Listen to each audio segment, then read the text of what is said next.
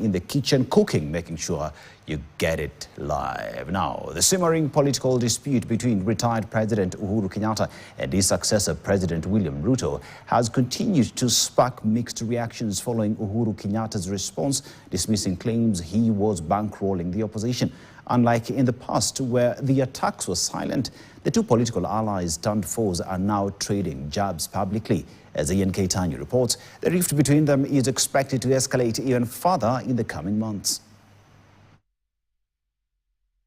Once christened the dynamic duo, political allies whose friendship went beyond politics. His Excellency the President. However, barely 13 years later, after serving 2 terms together, albeit half of it marred with tension, but lines have been drawn once again. Nilisaidia sponsor wenu, na huyo sponsor wenu alishindwa. Mimi sitaki kuitwa sponsor bana, mimi sitaki mambo mingi. The differences have taken a different dimension.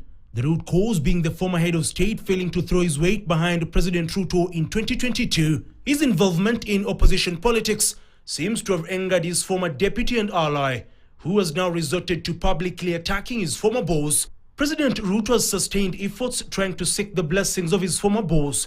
On December 9th, 2024, he drove to Uhuru's home in Ishaweri and later to his Nairobi office, meetings that failed to bear fruit. My predecessor had an option to become a statesman, but he chose to climb down and become an opposition leader. These are signs of panic of the head of state. Let the president not fight shadows. Uhuru Kenyatta is not going to be a candidate 2027.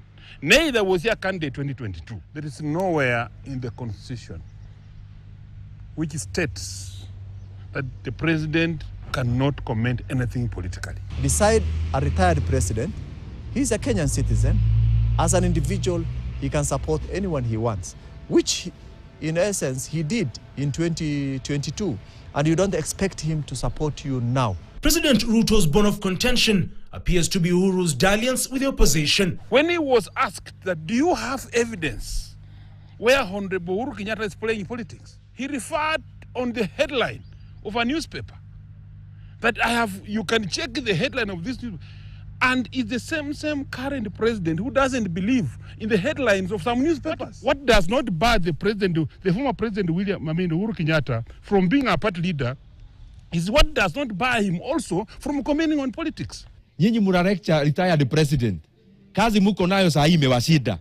Kazi ya lecture mlianza lini ati nini muna lecture wa viongozi wengine?